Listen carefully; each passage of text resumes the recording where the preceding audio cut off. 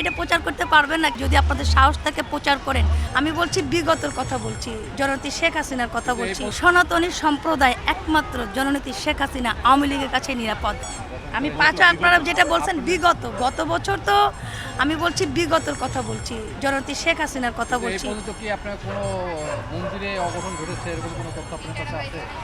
পুজো তো গতকালকে থেকে নর্মালি শুরু হলো, যেহেতু মহলার দিনে ঘটনা ঘটেছে।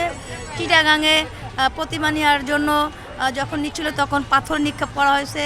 কিছু জায়গায় আপনার মহলা, যেদিন আমাদের মহলাটাই যে মুঠোতে ঘট স্থাপন করা হয়, সেই সময় কিছু প্রতিমা ভাঙচুর হয়েছে।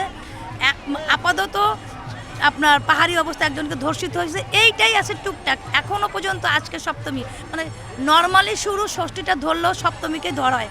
তবে আপনি যদি দেখেন একটু চারিদিকে, আপনার তো চোখ কান খোলা আছে, আপনি দেখেন বিগত সরকারের আমলে যেভাবে লোকজন ছিল, এখন কিন্তু সেরকমভাবে লোকজন নাই। তাহলে আপনি কি মনে করেন যে আওয়ামী লীগ ফিরে আসলে আপনারা আরো বেশি নিরাপত্তা? 100%। আচ্ছা আপু, একটা বিষয় আমি আপনারা এটা প্রচার করতে পারবেন না, কিন্তু আমি একটা সত্য কথাই বলতে চাই, সনাতনী সম্প্রদায় একমাত্র জননেত্রী শেখ হাসিনা আওয়ামী লীগের কাছে নিরাপদ।